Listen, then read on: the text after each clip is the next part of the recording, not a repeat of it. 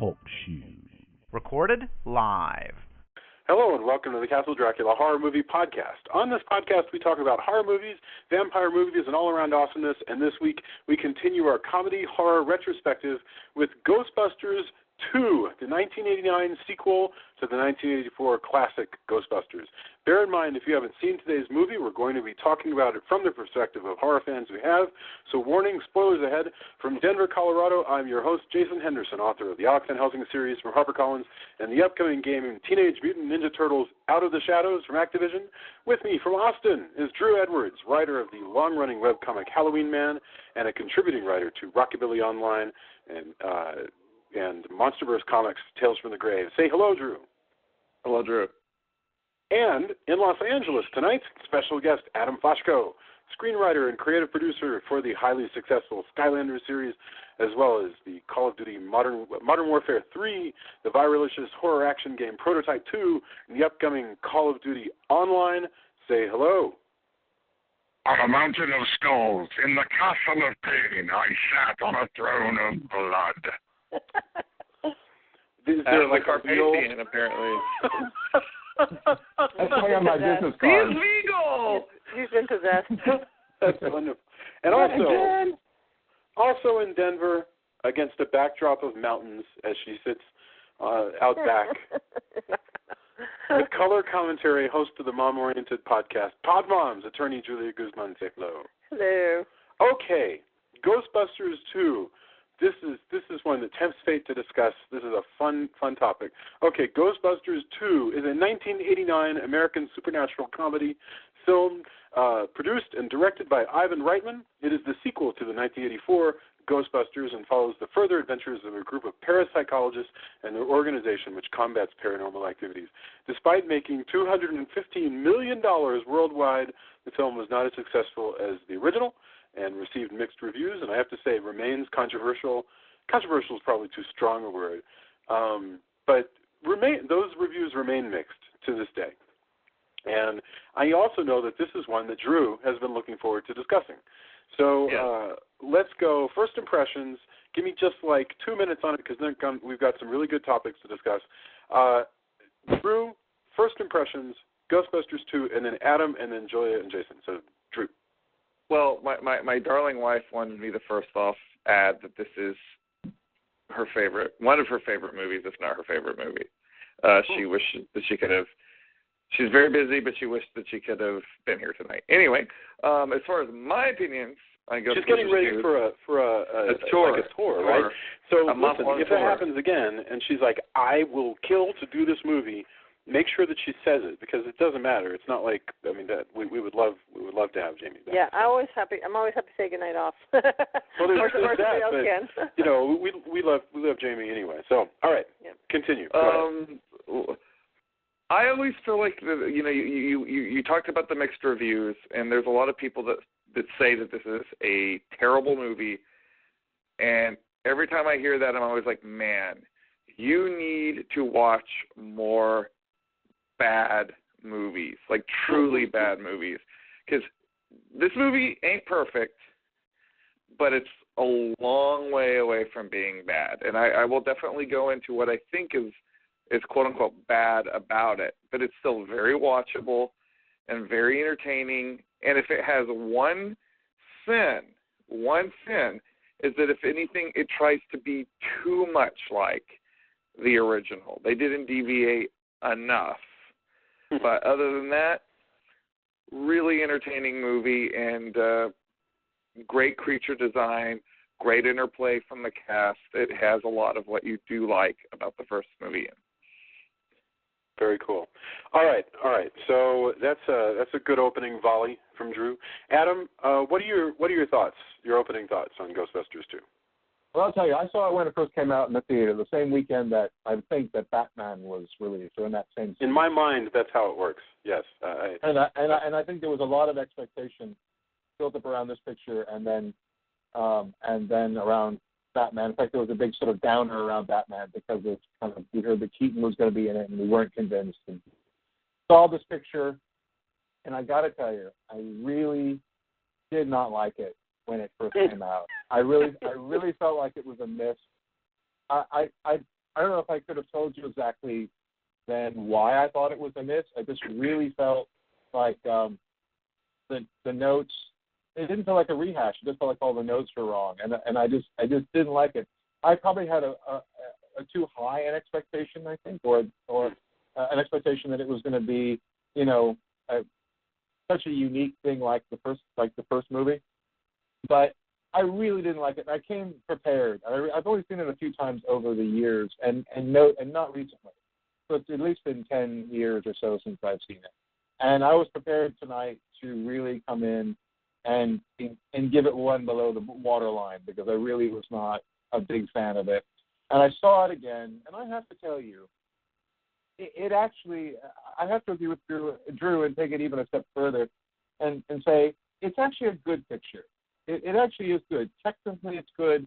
There are a lot of good things in it. There are a lot of good bits in it, and the performances, Murray in particular. I think there's a maturity there in his performance, and it's like going back to The Well, and maybe it's nostalgia talking.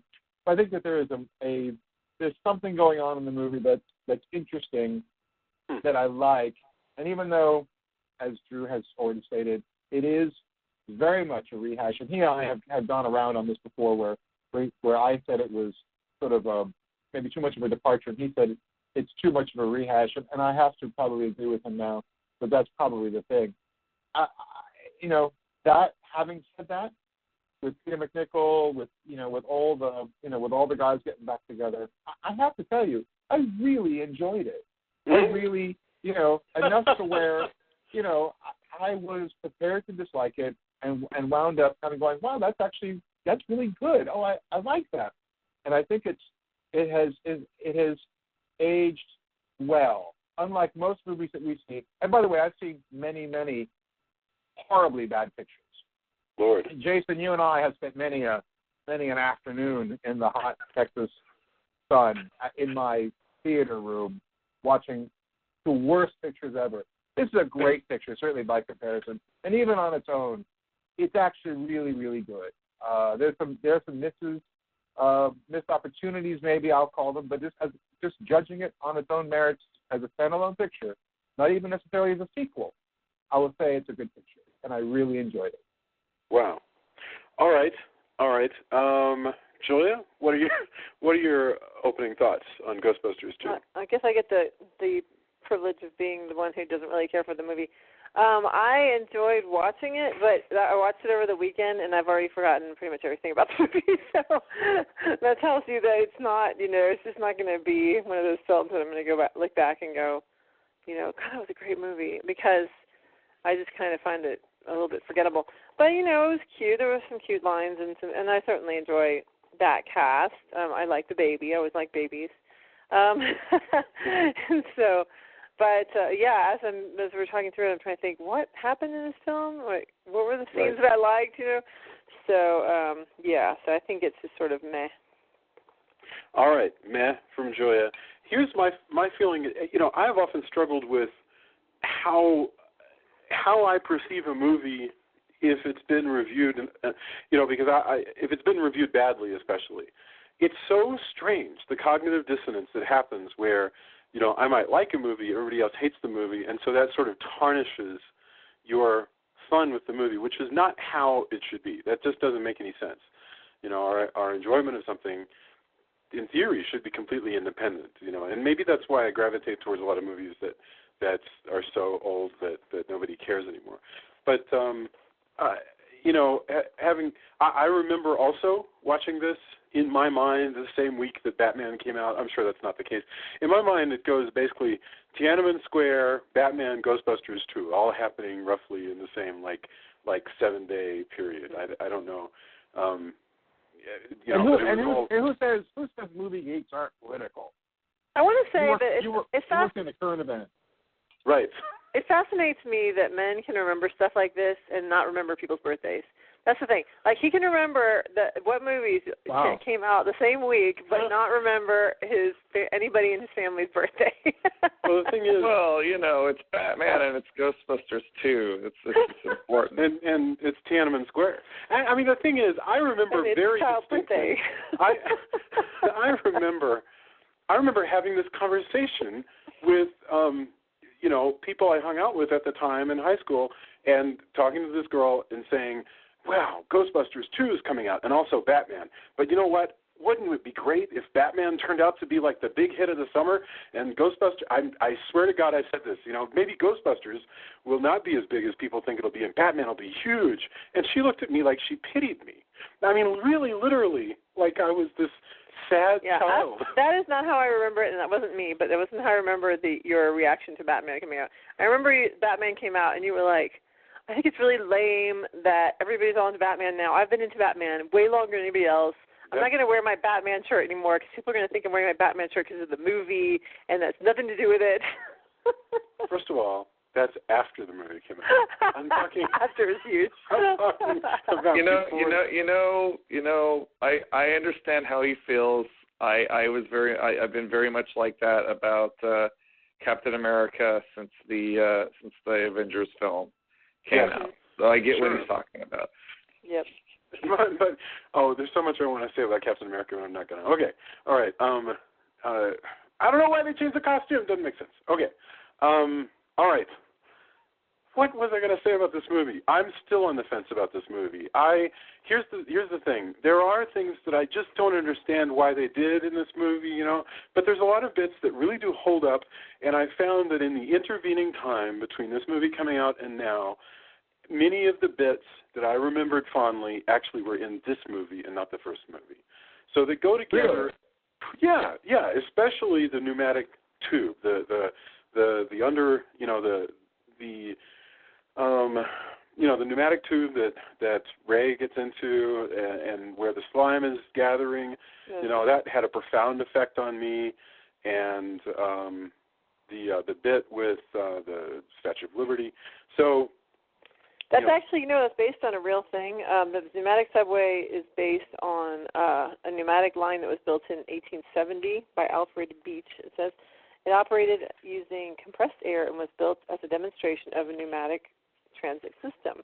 It was 1 block long. If you've been to the bank and you have that little tube that you put your check into, and it shoots it across the little driveway into the people's office, this would be a giant version of that humans would ride them. I mean, and it's a great idea. I think that's wonderful. I remember seeing this and just being transfixed by that idea. So. Well, they said that the station that it was adorned with frescoes, easy chairs, statues, and a goldfish pond. And it's all destroyed now, right? Yeah, because they didn't have any support, so it got shut down and sealed. And so let's get right into, though, before because it seems like, why am I the one who's derailed the conversation completely? I'm really sorry. All right, let's talk about Tiananmen Square. No, let's talk about how this picture has aged, and I think it might be useful to think in terms of, yes, when this movie came out, that was the summer of, Batman, the first, major superhero movie, big-time superhero movie in years, with the exception of the Superman pictures, which had dwindled down to nothing by 1989.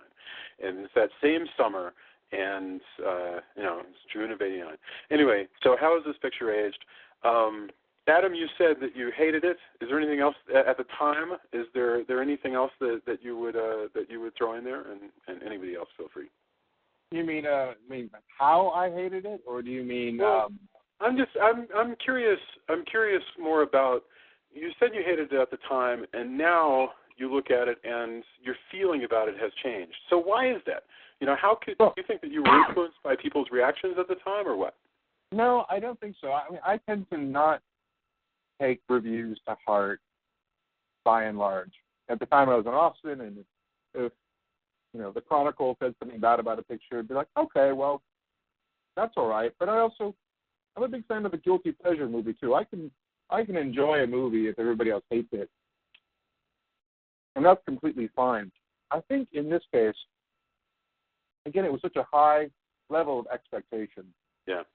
And I think at the time I had there's some things I still don't like about it as much. I think the Statue of Liberty bit, I think there's some hokiness in it that I could probably do without. There's some things in it that I don't like as much. But I think the years have been really kind to it, probably because we've looking back on everybody, it looks like the first one was a real game changer. We really hadn't seen anything like it before in the same way. It was funny. It was a real crossover. It was scary. It was threatening, a little scary, but mostly it was really, really funny. And they're really letting Murray kind of run away with the reins. Well, in I have some to places. say, the whole bit with the baby and everything else. There's a lot of improv in there. Well, yeah. I mean, what I was thinking was, with Murray and everybody, what I remember distinctly is between, if we're thinking of this in terms of how has it aged, how have our perception of it over time. Number one, everybody sort of takes it for granted they didn't like this movie, in the same sense that I think people take it for granted now that they hated Batman Forever, which was not the case. They hated Batman and Robin, and Batman and Robin sort of reaches back and taints Batman Forever. This movie, people remember not liking it, but for years, Dan Aykroyd, God love him, has said, hey, I'd like to do another Ghostbusters 3. I don't know, maybe we can get Bill Murray, maybe we can't, I don't know how important he is. Having watched these two movies back-to-back, or more or less back-to-back, I'm almost to the point where I'm like, you can't do a Ghostbusters movie without Bill Murray. Bill Murray certainly, I think, is the glue that holds the thing together. And as I said when we did the first one weeks back, I think that this is probably Bill Murray's signature character. I think it's certainly the one that sort of defines Bill Murray for people. If you go, hey, what do you see in your head when you think of Bill Murray? This character kind of brings all those different crazy characters that he's played together. And did you notice in this one that Bill Murray's character is the only one who doesn't have a dignified job particularly, but on the other hand, he's the grown-up. He's, for some reason, somehow, at least in the structure of this plot, Bill Murray's character Peter is the level-headed, ironic, eye-rolling leader of the Ghostbusters, whereas everybody else is crazy in some way or another. Well, even it's funny. Even Winston, who is the level-headed one in this one, is kind of pulled more. He's got an expanded part, but he's kind of pulled more into the crazy world of Egon and Ray. Yeah, he's more. He's got a bigger role, but his definition within, now that he's been assimilated into this Ghostbusters world, he's no longer the level-headed one. He's picked up the eccentricity of his coworkers. Well, I think I think the other thing is that we're seeing other sides of him, and this may factor into the conversation, in a little bit. That is, we're walking into this with a certain amount of baggage of the time that's been covered between Ghostbusters 1 and this one. So we're immediately set upon with, say, reorientation of where the Ghostbusters are in their lives post-Zool and Gozer and 1,000,001 lawsuits and a failed relationship and all this stuff. Okay, so we should probably recap that and can you give me the elevator pitch on where are the Ghostbusters when we find this movie starting out? I'll do that since I have nothing to contribute to the rest of this conversation. Well, yeah, and if you do that, then let's go into, so tell us, where do we find the Ghostbusters when this starts, and what are the challenges after this? Let's discuss what's so hard about creating a sequel that people like. Well, so we ended the first movie with them being celebrated for saving the city and possibly the world. And then we begin this movie where they have fallen. How the mighty have fallen, because apparently they've been sued by every government agency for whatever reason, and so they basically went broke and they stopped. They weren't allowed to. They weren't permitted to. They had a restraining order or something from practicing whatever they practiced. And so they have each kind of gone off and done their own thing. A couple of them are entertaining at parties, and I forget what's Bill Murray doing? Bill Murray's got a TV show. Oh, that's right. He's got the TV show where he talks to psychics and he makes fun of them, basically. And so they're just kind of off doing their own things. And meanwhile, Sigourney Weaver's character has had a baby, presumably with the quote unquote the stiff from the orchestra from the first movie. I am glad that I am not the only one who feels that way. Yeah, well, that's because she says he goes out. He's off in Europe playing music or whatever. So then that's too. That's the only person that we know that she could have been with. She's got this baby now, but presumably she dated Bill Murray for a while, and then he sort of just acted like a jerk, and so she just went taking this relationship seriously. It seems like he was being a bit of a committophobe. That's like kind of the underlining thing. Like he would not take it to the level where she wanted it to. Exactly. That seems to be the case. Yeah. So she went off. She apparently got married. This has only been 5 years now. So apparently there was time in the 5 years for her to have the relationship with Bill Murray, get married to this other guy, have the baby, get divorced from the other guy, and now she's back in touch with the Ghostbusters because she suspects that once again there's paranormal activity in her. Well, the baby's only about how old is this baby, Joya? I mean, I don't know, 6 months. So all of this has happened fairly recently. She must have been. I mean, I don't know. Maybe you stretch all that stuff out. So she was having the baby after the guy already left. Who knows? But it is an awful lot. So that gets us up to where we are. Yeah, we've got. Sigourney has a baby. She's estranged from Peter. Peter is hosting a show. They're all broke. Ray is the only one doing it. Well, no, I guess Ray and Egon are. They don't have a great deal of money, but Ray has a shop that I guess is doing. He's at a cult bookstore. Yeah. So he has a bookstore. Totally see. Yeah. and Egon is back doing scientific experiments in a lab. So. I would think that actually Bill Murray would be doing okay with a TV show. I mean, maybe it's just a cable show. I don't know. Yeah, don't look at me, man. But, all of them, none of them are on welfare, but you get the impression that all of them have been more or less flatlined by apparently all of this monetary misfortune that they instead of getting rewarded with a big contract for saving the city, they apparently, after the euphoria wore off, they've been stuck with the outcast, yeah. So now that's what happened. So as we sit here in June of 1989 and we're watching the first act of this movie unfold, when you're me, the blood is draining from your face as you watch and you go, oh no. I remember feeling it's like, why? Why are you doing all of this? Why? Right. Why did you bring the? And I guess this is just this is where I want to go next, which is. What are the challenges of a sequel? Because these decisions were made for a reason, whatever they are. Because in theory they could have just had another Ghostbusters adventure, where you didn't start with them being underdogs. And instead, they're underdogs again. I feel like, and I think, again, this is what this movie does suffer from, is that they wanted to have all the stuff that people loved about the first one. And one of that was that they were kind of lovable losers. Right. They were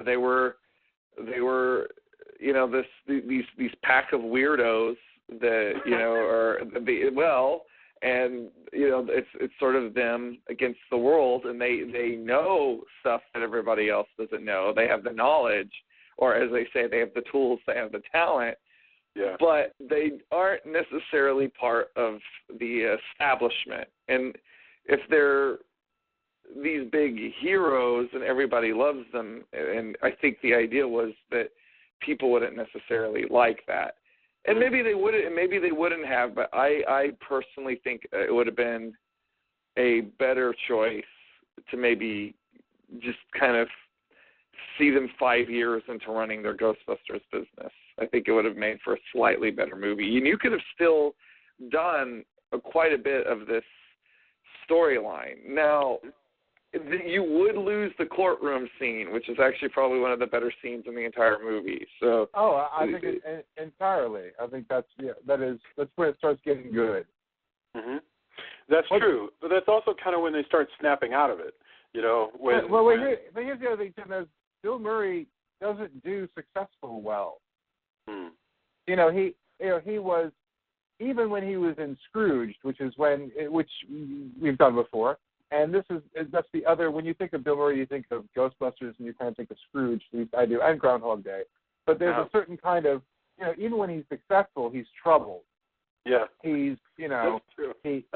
there's something he can't do. It's not like he does. That's not his best act. Is like wildly successful and all's well and smooth sailing, and and another job comes in. It's hey, he's the hangdog guy who finds a way out, and hilarity ensues, and and you take apart bits of his personality and the elements that are kind of in there, and I think that's what I could see what probably happened is I don't think this was a studio decision. I think this was one of those things where they kind of all sat around and it was like, this really worked well before, and this is kind of where the best stuff comes from. We have to bring the Ghostbusters low again, and have them come back up. And I said that the first one was sort of like Woody Allen makes a love letter to New York when he makes a picture. And I think that Ghostbusters 1 was a love letter to New York. I think this pluses it, right? I think they're kind of going, we'll do the same thing again, but we'll plus it. Gozer was great. We'll have an awesome villain in this one, which I know Drew's going to talk about because he holds Zigo in a special place, and that's totally cool. But I think they even plus the love letter to New York by having the Statue of Liberty show up. Yes. I think that is, that's like, I think the Statue of Liberty. Well, even the Statue of Liberty thing, though, does kind of follow a beat from the first movie, because in the first movie, you have a giant creature, and then in this movie, you have a giant creature. Well, and I have to say, I really like the conceit that, the crazy conceit they come up with is that this slime that is all over the city, for reasons I don't even remember now, is quote-unquote psychoreactive, so saith Egon, and so therefore, if you play it Motown music, it will make machinery come to life and be nice. That's great. I can get behind that. I know it sounds dumb, but it's kind of neat to have the Statue of Liberty walking around to Motown. So awesome. It's like your love is lifting me higher. Or something So like here's my question. So let's say we have a hit movie, and our choices are. Let's forget for a moment that there is a Ghostbusters cartoon, okay? We have a hit movie. We can make a TV show version of the movie, or we can make a sequel to the movie. But you say forget that there's a cartoon, but actually this movie respects the fact that the cartoon exists. I agree completely. And but changes things to be. Roll with me for just a second, and then we'll come around to the actual cartoon. But with a TV show, you have to do a sort of reset where you may retell the pilot, or you may not. You may pick up where the movie left off. But now you've got to do what Adam was talking about, where the characters are where you left them, and they're going to have episodic adventures and maybe new conflict. So in that scenario, you probably would have the Ghostbusters hanging out, and some dude in the mayor's office would be against them, and maybe some rivals would show up, and stuff like that. But if you did a great big movie like that, people would go, wow, this just feels like an episode. This doesn't feel like there was as much at stake, because movies and episodic TV, at least the way we talk about it colloquially, are different. And they haven't gone anywhere really. They haven't gone from the lowest to the highest again. Right, because if you have to do 22 episodes in a year, basically it's going to be about, hey, what are the Ghostbusters fighting this week, and what is their sort of B-plot bad guy who's attacking them all season going to be dealing with. And I haven't seen the cartoon. I don't know what goes on there. So with this, though, with a movie, a lot of that. That's kind of it. And with the movie, you have to make it big, which I guess is why they take this step back. I'm just saying, though, that or what could have happened is that you could have taken. That's true, but the only way to do let me start again in English. The only way you could have really done it then is taken it down the path of take them out of New York. It would have been, National Lampoon's European Vacation. It would be the Ghostbusters go to, crazy place of, it's Stonehenge. It's whatever it is, but they go to a place where they're the least powerful. And then you raise them up where they're already successful, but you put them somewhere. But then it wouldn't use the elements like Drew was saying earlier, the same elements that made it work, which was it's New York, their kind of town. It's that kind of thing. You think, but you could have achieved the same result without bringing them low again and still keep them powerful. That never dawned on me. I never once in my life imagined that's a great idea. That, what if we just have the Ghostbusters be in Paris? I mean, I'm not even making fun of that idea. I think I would have liked that movie better than this movie. That would be great. I do like that. We should talk about where the characters are. We talked about sort of where some of them have been reset. One thing that's kind of cool here is that over the course of the movie, they get to restart being Ghostbusters and slowly claw their way to getting their reputation back, which I guess is what the picture is actually about. And they have, they've redesigned a lot of things. They've redesigned the car. It's the same car, but it's a little different. It's got the flashing neon over it that can run, it's very 1989. It can run messages in the little light bulbs. And they've got a bunch of new outfits. They used to just have the sort of silver gray, and now they've got the gray and a black version and a dark blue. And so, that was kind of cool. They've taken Janine, and this is where we can mention the cartoon. Janine, who was the secretary in the last version and was in love with Egon, is back wearing a really funky, pair of round nerd glasses and some crazy, crazy colors. And well, she's very MTV this go around. Yes. Oh, she's fantastic. But apparently they made her look like this. They changed her look because this is what she looked like in the cartoon, which Julia mentioned and I think Drew's mentioned, that that cartoon was running, I guess, at the time this show came out and had been going for several years. Did anybody know anything about it was really popular too. Well, and the movie respects that it exists, and they actually make Janine look a little different to reflect what she looks like in the cartoon. What were some of the other things that said that? Well, they added Slimer. Slimer's running around. Right, yeah. Well, and that makes Slimer less. I feel like Slimer is more cartoony and less frightening looking. Right. Well, but he's also their pet at the because that's what what's his name? Gosh, my brain's not functioning very well today. Anyway, he's the fourth. Kind of the mascot. Rick Moranis. Well, anyway, sorry. No, go ahead. Continue.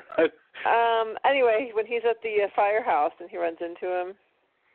Yes. He's freaked out because he's the pet he's the pet. Right. So if you've been watching the cartoon, you can watch this and think, oh yeah, there's Slimer. He hangs out in the firehouse, and this is just like that. Yeah. I mean, I can totally see that. And now it is weird, and this I don't understand at all. Other than it's just, I guess, where the screenwriters figured we had to have a beat. Is in the last movie, Janine is into Egon. In the cartoon, Janine's into Egon, and in this movie, she's into Louis. Right. Louis is the name I was trying to come up with. Louis is the one who sees Slimer and doesn't, and it's completely the Rick Moranis character. Rick Moranis, yeah. And I very strongly feel like they didn't have, and I feel like one of the weak links in this movie is, in fact, the Rick Moranis character, because he doesn't really serve a whole lot of purpose other than the courtroom scene, which he is very funny in. He doesn't really do that much. And I really do feel like they came up with him being romantically entangled with Janine just so they could have something for Rick Moranis to do it, because, gosh darn it, people like Rick Moranis in the first movie. I guess that's it. It's like Joe Pesci in the Lethal Weapon movies. It's like, why is this guy back? Because people like seeing Joe Pesci, and Mel Gibson ham it up, and so great. And that happens in sequels a lot. So I guess that's if we're looking at what are the challenges of a sequel, you sit as Adam says, you sit around a table, we have a great big hit. What were the things that worked in the last movie? Well, people love that Rick Moranis guy, and Slimer's awesome. There's a cartoon, kids are going to dig that. We know we have to, maybe if we make them underdogs again, there's all this stuff. You have to go, do we make the same movie again? Do we make something different? How do you give people the same movie but also raise the stakes? I mean, believe me, this does not sound like a fun challenge. I mean, I admit freely that I don't think that I necessarily could have come up with anything. Although I got to say, Adam's The Ghostbusters Go to Stonehenge sounds way better than anything. Well, in the cartoon, they did several episodes, which was like they did one where it was effectively Ghostbusters in Hell House. They did one where it's effectively Ghostbusters Go to Transylvania. So Adam's not wrong. I mean, this is even the people who are doing the TV show picked up on the potential of that. Do you think it's possible? Here's another question. Do you think it's possible that people want things they don't really want? That people say, boy, you know what I really want? I want somebody to make a sequel to The Maltese Falcon and find out what happened to those characters afterwards. And then it comes out, and then you go, well, actually, I don't know. Maybe the idea was more powerful than having the action. Yeah, yes and no. I think if it's made within a certain time frame, because I think Maltese Falcon is terrible example. I think the best for the Star Wars prequels are the best example of what you're talking about, because expectation had been built up way too high at that point. That nothing was going to satisfy anybody. Yeah. So this is not even as bad as any of those. Like this is a pretty good flick. That's a really good point. This leaves Phantom Menace in the dust. You're absolutely right. And it's I ultimately, is this as good as the first one? No, but I am glad that they made this movie because it is a passable extension of what we've seen happen to these characters in the first movie. So let's talk about the bad guys. When in the first movie, the bad guy plot was Zool, the demon, is trying to come back into our world by means of getting through Sigourney Weaver and her neighbor Lewis. And in this movie, though, there's something similar. The bad guy actually is still trying to come in, sort of through Sigourney Weaver, but in this case, it's the baby. But do you want to give us the bad guy plot? Does anybody want to fill us in on? Well, there's a painting of this Dark Ages Carpathian necromancer who looks like the lead singer of a death metal band. And his name Vigo. And to me, again, and I feel like this is one of the weirdest concepts for a monster ever. I want to know how they got around to, like, it's going to be a killer painting. Because, I mean, that's right up there. There's a movie called Deathbed, and this movie, the concept of a killer painting to me is right up there with that. Your supervillain is a painting. Yeah. And I would really love to pick Dan Aykroyd's brain about how he came up with the idea, if that's something that's based on actual folklore or, something he read in a magazine, or if it was just something he maybe pulled out it's of just that idea, that feeling that you have when sometimes when you see a painting, it looks like it's following you, like as you walk around. And that would be the simplest thing. I mean, Zool wasn't even in anything, so at least this one is a painting, and it's able to. Hey, I watched a movie the other day where the bad guy was an antique bicycle that just sat in the corner. I don't know how that thing managed to kill so many people, because it's just over there in the corner. It's an antique bicycle. Well, this painting was going to take over the world. That's a very ambitious painting. It is. By the way, great effect on the painting. The painting looks great. It looks 3D. I don't know what kind of trick you're using. It's aged. The effects the effects for Vigo, for the most part, have aged very well. Yeah, it's wonderful. You know that he's dubbed by Max von Sydow, that guy? Wow. He's what? He's dubbed by? Is that what it is? So they? He was dubbed by Max von Sydow. I never knew that, but it makes a lot of sense. I was like, I know the voice, but I can't place him. Right. Well, that looks like that should be the voice coming out of that guy's mouth, because they got the weirdest looking guy they could possibly find. True story. I had a friend of a friend in Las Vegas who used to do the haunted house every year. He was a special effects guy, and he used to do the haunted house for Circus every year. And he made a Vigo painting for his house. He could put, like, somebody could get up behind and push their head out and make it look like the head was extending out, like That's hilarious. That's pretty cool. That's really wonderful. Okay, all right. And speaking of very strange looking characters, meanwhile you've got the guy. You have Peter McNichol, who is how we get to this guy's plot is Dana, the Sigourney Weaver character who has a baby, is no longer working for the symphony. It's like the off season or something like that. I don't know. Anyway, she's no longer working at the symphony, so she's working instead as a painting restorer. Well, maybe she took a year off from that because of the baby. She couldn't make the schedule I can't remember. There's hand waving, and then she's no longer in the symphony. Now she's in a museum. She's always classy, Dana. And working with her is Peter McNichol, who has created the most bizarre accent that ever. This is actually, I got to say, one of the best things about the movie. It's so funny that a movie can be lifted several points just by one actor's crazy town performance. That Peter McNichol. The FFS side. Yes, he's so. It's the weirdest accent. I don't think it matches anything in particular, any particular actual accents, ethnicity, anything. It's just nuts. I loved him. I loved Peter McNichol in this movie. I thought he was that is one of the more memorable things about the film is that his character was just so weird, and he totally made it up. He didn't. There wasn't an accent written in the script for him. He was supposed to be just kind of a normal, everyday guy, and he said, "Can I make this guy be from the same country that Vigo's supposed to be from, and just make up this accent for him?" And they're like, "Okay." Yes. And so he would actually hang out in his trailer, just coming up with a backstory for the character and everything. It's a wonderful accent. It makes very minor lines just seem extremely funny. He has lots of great asides. There's the business when he's under the power of Vigo, and there's a point later where Vigo is once again reciting all of his bad guy bona fides, and Peter McNichol is on his knees and is going, "Yes, I've heard all of these." I mean, it's wonderful. So I mean, that's great. I liked him.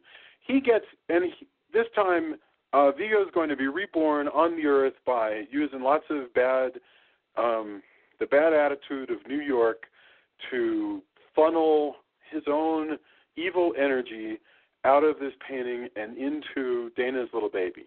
By the way, we didn't quite touch on this. I understand the plot-wise, but can somebody explain to me, writer-wise, why this isn't Bill Murray's baby? Would it be better? If it was Bill Murray's baby, that would make Bill Murray's character too responsible. And as we talked about earlier, I feel like everybody likes the fact that Peter Venkman is a little bit sleazy, perhaps. I agree with it. The other thing is, if he had a baby and then left Dana, it would kind of make him a schmuck, kind of in the audience's eyes in Middle America. Yeah, and the relationship wouldn't be nearly as interesting if they had been together this whole time. It does give him an arc because he has to grow into a more fatherly role towards this child. And he even does have that really good line where, I should have been your father. Yeah. Yeah, you're right. And I kind of like the fact that the movie has Dana be sort of genuinely in love with Peter, and maybe this is just Sigourney Weaver being a pretty decent actress. You kind of believe that she does love Peter Venkman. Yeah, it was Peter that was not ready to commit. Yes, that's right. Yeah, that's right. I love when he's insulting the baby. he's like, "You're short and your belly button sticks out too much," and you're like, "What was it?" He says, "What's the line that he says about his mother? That you're like, and you're a terrible burden on your poor mother." I have to say, Julia, I love your Bill Murray impression.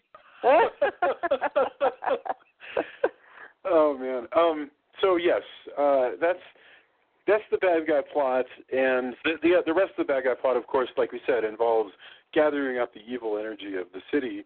And so to combat that, because this ritual is locked away inside of the we had the library in the last movie, and this time it's this great museum. I have no idea if it's a major New York museum or if it's a made-up museum. but regardless, it's covered over in magical slime that can only be broken through by the, I don't know, positively energized Statue of Liberty. That they go out and they bring the Statue of Liberty back to life with "Your Love Is Lifting Me Higher," and that's pretty cool. And I want to skip straight to, because we know they win. There's no big surprises there. I want to. Well, this does not have as good of a climactic battle as the first one. It has to be said. I mean, it's funny. I remember thinking that, and yet I kind of feel like I liked this better than the dogs in the last movie. Yeah? Yeah. But how can you top the Stay Puft? How can you top the Stay Puft Marshmallow? No, you're right. Well, that's the whole thing. Is that all these years on, like I say, the movies have kind of run together in my mind, which means that the movie's not nearly as bad as, at least as I remember it. Because, like I say, no, it's definitely not bad. Yeah. Well, what's interesting is it's much less quotable too. Yeah. Although there is one great line that I really love. There are several, but yeah, I suppose. But I mean, there's a line when the guys have figured out that the slime that's down underground is causing people to get mad at one another, and they've stripped off all their clothes down to their long underwear, and they're covered in pink slime, and they run into the awesome restaurant where Peter and Dana are on a date, and they're trying to explain what the heck is going on, and Peter Venkman goes, guys, you're scaring the straights, which is like such a wonderful like drug world phrase. And well, he always has, and I think Bill Murray comes up with most of these lines himself. It's like that, like when he says, "Suck in the guts." He's like, "Suck in the guts, guys. We're the Ghostbusters." That cracks me up. I actually think this movie is pretty darn quotable. I mean, I don't think it tops. If someone asks you if you're a god, you say yes. No, there's nothing that good. Don't get me wrong. These are all very quotable. There are less of them. But by the way, I have a terrible confession to make, and that is for many years, evidently many years, I've used the expression "you're scaring the straight" and had no idea where I got it from. And yet you were hating on Ghostbusters 2 this whole time. It's true. It's why it's a terrible confession and not like a really awesome one. But but apparently I snagged it from this film years ago. Isn't that great? My subconscious for years. And then there's a line you're talking about the courtroom scene. Is the line when the prosecutor says, "So you're saying that the supernatural is your exclusive province?" And he goes, "Kitten, I think what I'm saying is that sometimes shit happens, someone has to deal with it, and who are you going to call?" And everybody cheers. Yeah, no, all that stuff. Well, even the whole do, re, Egon. Yeah. There's good stuff. There's good stuff here. All right, so so is this done? Should there be another Ghostbusters?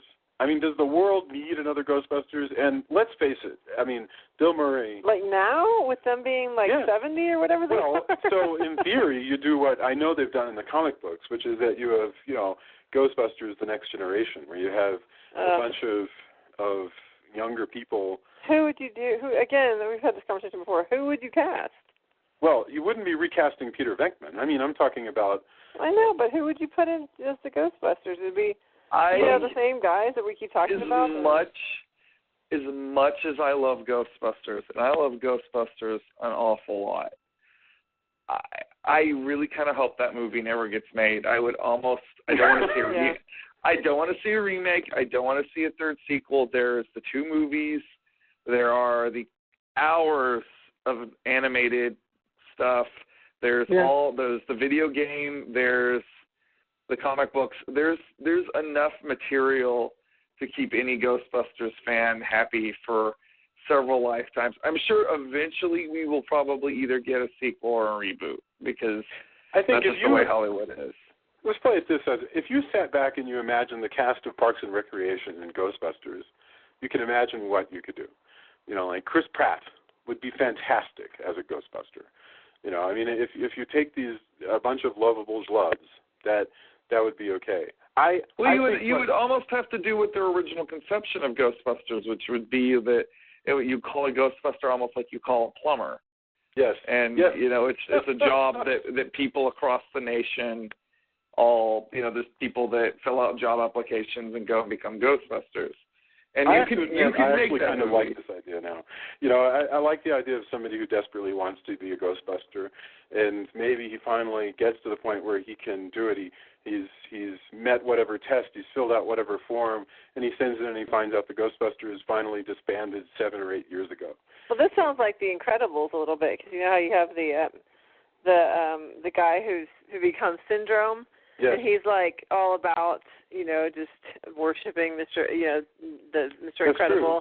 And then he's like, go away. I work alone. That was before he becomes part of the family. But he's like, I work alone. And so then he becomes a bad guy. You could have that. You could have this wannabe Ghostbuster who eventually becomes a bad guy, which I think is also in the Spider-Man. No, I think you have just written the Ghostbusters sequel. Yes. Well, I mean, certainly if you bring in new people and have them trained to become Ghostbusters, you know, you do get that cross-section of Generation X / Generation Y wish fulfillment for the people that have grown up with these movies.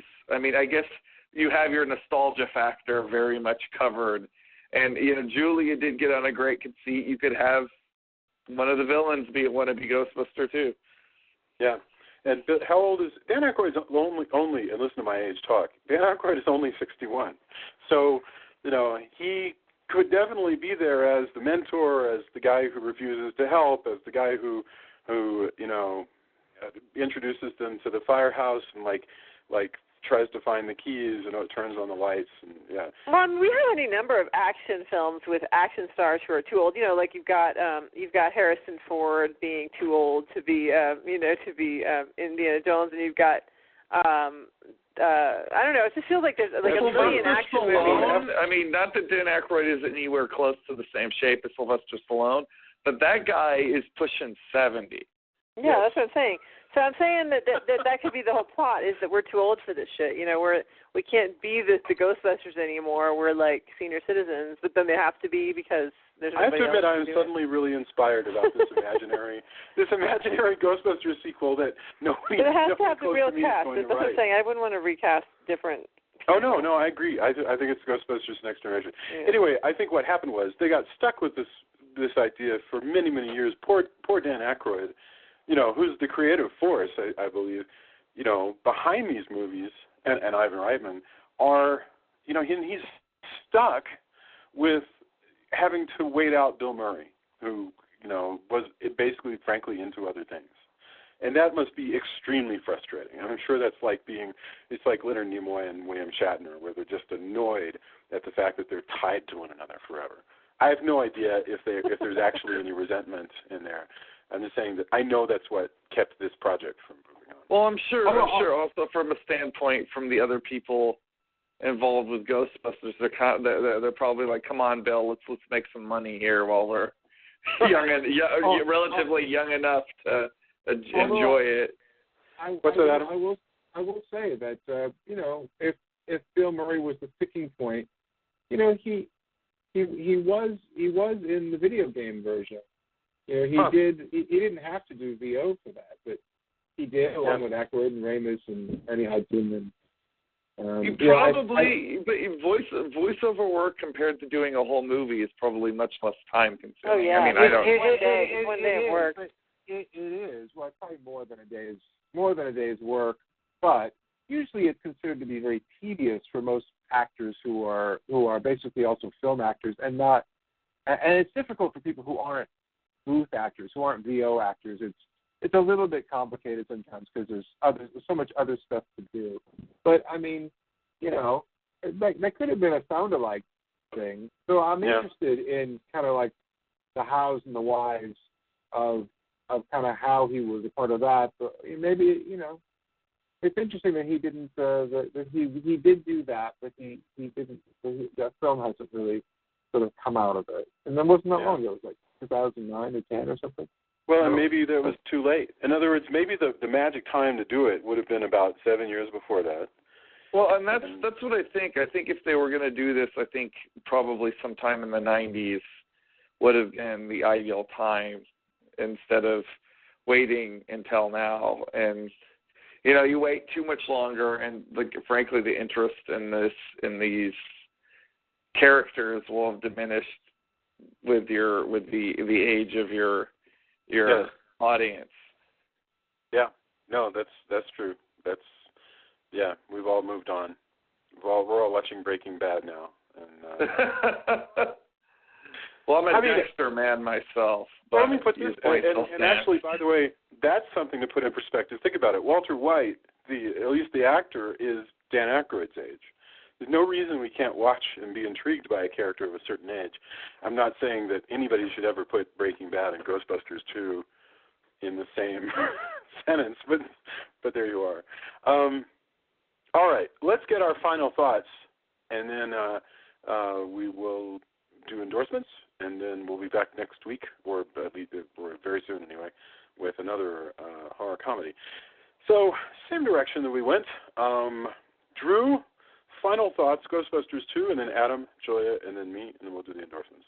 Drew, final thoughts. My final thoughts aren't going to be that much different than my intro thoughts. This is a good movie. It's an unfairly maligned movie. People say a lot of, I was talking about it on Facebook shortly after we watched the first one because it made me want to watch this one. And a lot of people were like, oh, why would you watch that piece of crap? And I was like, I said the same thing that I said on here. If you think this movie is a piece of crap, you have not seen nearly enough movies, because I can tell you,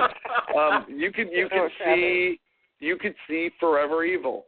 Like, Forever Evil is usually my example of like what is a truly crappy movie, because it's not just a bad movie, it's a B horror movie that's just plain forgettable. And the only reason why I forced myself to remember it this long is because it's my example of a truly forgettably bad movie. I've seen so many forgettable movies that I used to get on DVD because I did a lot of movie reviews, and this is the stuff that Adam was saying that we would watch, because we watched a lot of these just crappy movies. It's a real dog. Rip-offs of the Stepford Wives, that were about like homeowners associations and just all kinds of. That's actually a movie. I remember that vaguely. Anyway, continue. I'm sorry. That's it. I'm done now. Okay. All right, Adam, your final thoughts. I think it involved a surprise, actually, or a surprising reaction to this film. Yeah, I think, again, I was prepared to not call this a piece of crap, but I think it's fair to say that it was disappointing to a lot of people. I was disappointed when it first came out, and I think, I think being disappointed, I didn't really give it, really fair props that as time has gone by. I think now this film is, it may not be one that, that is as great as the original, but I think that it's worthy to kind of go into rotation. I think that is giving it, that elevates it to a particular status. I think that it's something that you could throw on, and I think you said it earlier, Drew, and I agree with you. This is a worthy extension of the first one. It's sort of like a family reunion. It's sort of like Old Home Week. There's a familiar story. It's really what Hollywood. It's always said that Hollywood wants, which is the same thing but different. It's just more of the same thing here, maybe to a fault. But it's perfectly fine. Looking back on it, it's sort of, it's not like rewatching the first one. So there are enough familiar elements in it to where it feels familiar. And so I think it's a perfectly serviceable picture. I like it. It'll go into rotation, along with the first one. And I think that's totally cool. I actually like this movie now. If you enjoy these characters, there's no reason why you should not enjoy this movie. I agree. It would go well. It would go well in a collection. Julia, final thoughts? I actually never saw this movie before this weekend, so that was interesting. I'm a huge fan of Bill Murray. I'm a huge fan of Sigourney Weaver, and I think that Peter McNichol is so fabulous. So for those reasons, I enjoy this film, and especially Peter McNichol. But I really do think I will completely forget that I even saw it, except when Peter McNichol is mentioned, and I'll be like, oh my God, that's right, he was Janos in that movie, because there's nothing about it that really just struck me, unlike the first one. So, like I said, it is meh, but being reminded of Peter McNichol made me remember that that was a really spectacular performance. I'll tell you, I have nothing else to add other than I wanted to mention to people what else opened around this time in 1989 and how many of them were sequels and what else was going on. So at the time, the number one movie of 1989 is, of course, Batman, which opened on June 23rd. That's 1 week after Ghostbusters 2, which opened on June 16th. So it was bam, bam. Ghostbusters 2, people like it or they don't like it, but then it was like wham, Batman came. And if I recall, Batman going off was like a nuclear bomb. It just sort of wiped out whatever else was happening in that summer. Because the major other stuff, Indiana Jones and the Last Crusade was a major movie, and it had come out like a month before. Lethal Weapon 2, which was big. Look Who's Talking, that was also Rick Moranis. It was a good summer for Rick Moranis. Not Look Who's Talking. I'm sorry, Honey, I Shrunk the Kids. That was Rick Moranis. Look Who's Talking was John Travolta, right? I'm sorry. I apologize. Back to the Future 2 came out same year. This is a good, Alamo does those summers of such and such a year. This would be a good summer for the Alamo. 89 would be a very interesting year. When Harry Met Sally came out a month after this movie came out. Oh, that's one of my favorite movies of all time. But that was the summer after I graduated from high school, so that's probably why I didn't see the Ghostbusters. Yeah, but you saw When Harry Met Sally. I mean, but I don't know that I saw it in the theater. I've seen it a million times since then. Yeah. Anyway, I was just trying to think, like, how does this movie compare? If people say, hey, what do you think about Indiana Jones and the Last Crusade? Like, that's a major picture. But this one, I think this does stand up better than Back to the Future Part 2. I want to say this movie actually stands up slightly better than Batman, which I think has some problems. It just happens to have really wonderful production design, music, and actually those are the two things that I like about Batman. And Jack, it does. But if you watch that movie, this movie doesn't drag nearly as bad as Batman. I feel like Batman really drags. And sometimes this is sacrilegious, but I kind of wish that somebody with a modern editing talent would take an old movie like Batman and just sort of tighten it up and give it back to us and see what happens. Oh, I think the real, I mean, not to do a whole Batman thing. I think the real tour de force Burton Batman movie, and I know a lot of people think I'm crazy for saying this, is actually Batman Returns. I agree with you. I think Batman Returns is actually a fantastic movie. I do. And I've watched it recently, and it still looks beautiful. And by the way, if you haven't knocked Batman Returns up onto a big, like, HD TV where suddenly you're like, holy mackerel, it looks so cool, and you forget how many years you've been watching these movies in, like, their SD VHS or SD DVD versions.